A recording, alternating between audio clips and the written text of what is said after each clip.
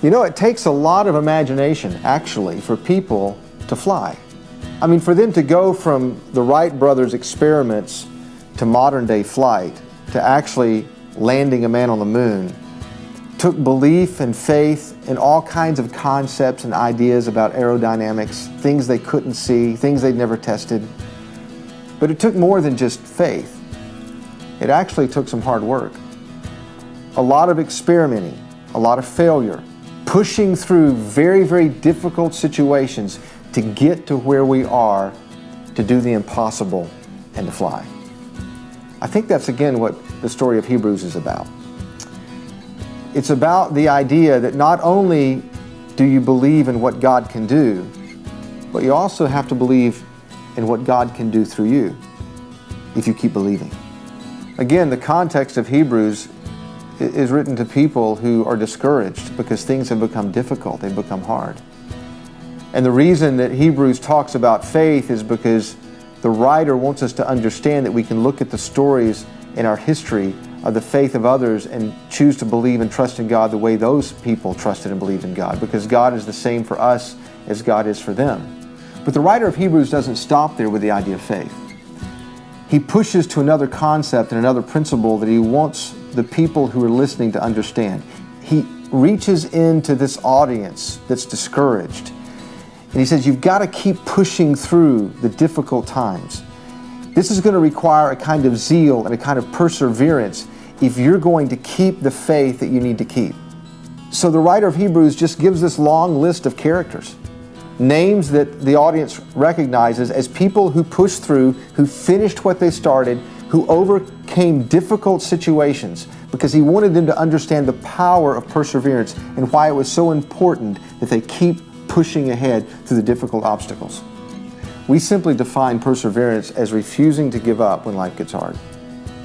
For a lot of these early Christians in the early church, life had become very, very difficult. There's a list of the things that basically Scripture records is happening to all of these people. And it's a very difficult situation. And the writer's just trying to lean into them and encourage them, and in spite of all the stuff they're going through, to keep doing what they know they should do.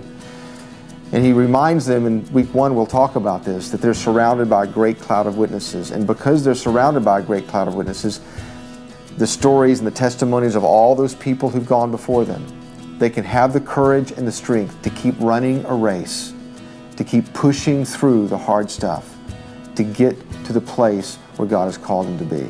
It was just important for that early church to understand this idea that they weren't alone, that there were people who had gone before them, and there were people presently around them that were going through the same kind of circumstances, and they could have the encouragement to know they could face this with other people side by side with them. This is just a very interesting text. I mean, the writer of Hebrews starts off in Hebrews 10 describing this issue that the church is going through. He talks about their faith. He anchors their faith to stories. Then he describes why it's important for them to persevere and push through, and he's building to this illustration and this one story of all stories that ultimately gives them a clear picture of what it means to persevere. Because all of a sudden, he turns everything around and he starts talking about Jesus. And he starts talking about the Son of God landing on this planet, going through everything he went through for the sake of humanity and dying on a cross. So in week 1, we're going to remind people, remember they're not alone. But in week 2, we're going to remind people, remember what Jesus did. Because ultimately, he becomes the author and the finisher of our faith, according to Hebrews. He is the one that we can look to as the example of all examples of someone who believed in God and God's plan and God's mission in such a way that he kept pushing through the most difficult, most impossible situations ever imaginable to do what he did. Why is the writer of Hebrews doing this? Why is he describing over and over again all of these stories so that we get a clear picture of what it means to believe and to have faith in a God that keeps his promises?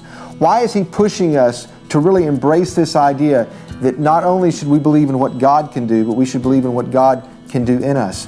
Because he's bringing us to this point where he wants to answer a question that a lot of us ask sometimes that we may not even realize we're asking. Isn't it true that the question we ask whenever something bad happens is why? I mean, isn't there something in you and something in me and something in everyone that you love and you care about when things don't work out the way they've envisioned or dreamed they should work out, or when things get really difficult and hard, they start asking the question, why is this happening? Well, maybe there's really not a great answer to that question. Maybe that's the wrong question. Maybe the real question is, in the middle of this, what is God up to in my life? What is God trying to do in me? And we need to shift from thinking about the why question to what is God up to. In this story of Hebrews, the writer does a very interesting thing here. He begins to talk about how God treats His children and how God is up to building something in your life and my life as a result of all of this pain and all of these circumstances that are happening. And He's leaning into this church just as He would lean into you and to me today, and He's saying, regardless of what is going on, regardless of how difficult it is, remember, God is your Father. That means He treats you like a father would treat you. He's intimately involved in the details of your life. He will discipline you as a father. He's trying to build something in your life that He can only build in your life in the situations that don't work out sometimes the way you want them to work out. And then as we wrap up this month, the last week, we want to talk about why perseverance is such an important virtue for your life. Because it has as much to do with those around you as it does you. In other words, the reason you need to persevere is not simply because of what God is building in your life during the process, but it's also because now your story is a story that will influence a lot of people who come along behind you.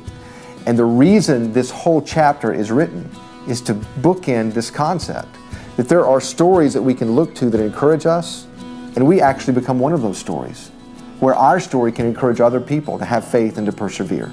That because of the impossibilities in our life and because God has shown up in our world over and over again, there are other people in their impossible situations who can look to our faith, look to our perseverance, look to our courage, and believe as well. You see, here's the important thing to remember if you're a parent or a leader, and I just hope this is true for you. Regardless of what's around the next corner, regardless of what difficulty you might encounter, someday somebody will be telling your story. That's really what Hebrews is about. A writer leans in and tells an entire group of people the stories that give them encouragement and strength. And he also reminds them, as he's speaking to them, that one day somebody will be telling their story. As a matter of fact, we're listening to their stories now, and we're being encouraged by their stories. The same is true for you. The reason perseverance is such an important virtue is because the way you persevere one day will influence someone else to also keep believing and keep doing what they know is true and what is right. There are countless stories of people who have persevered, who have pushed through, and have accomplished seemingly impossible things.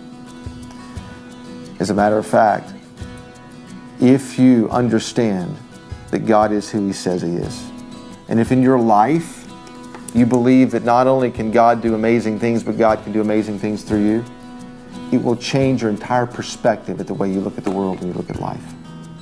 That's why we want to leave you with this one passage that's our memory verse for this month.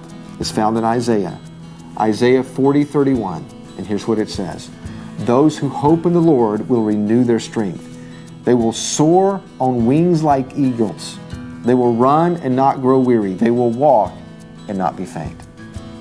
The truth is, we all have the ability to experience things that we would have never experienced if we didn't push through the difficult times. When you get to the other side, you'll see something that you would have never seen before if you believe in what God can do and what God can do in you.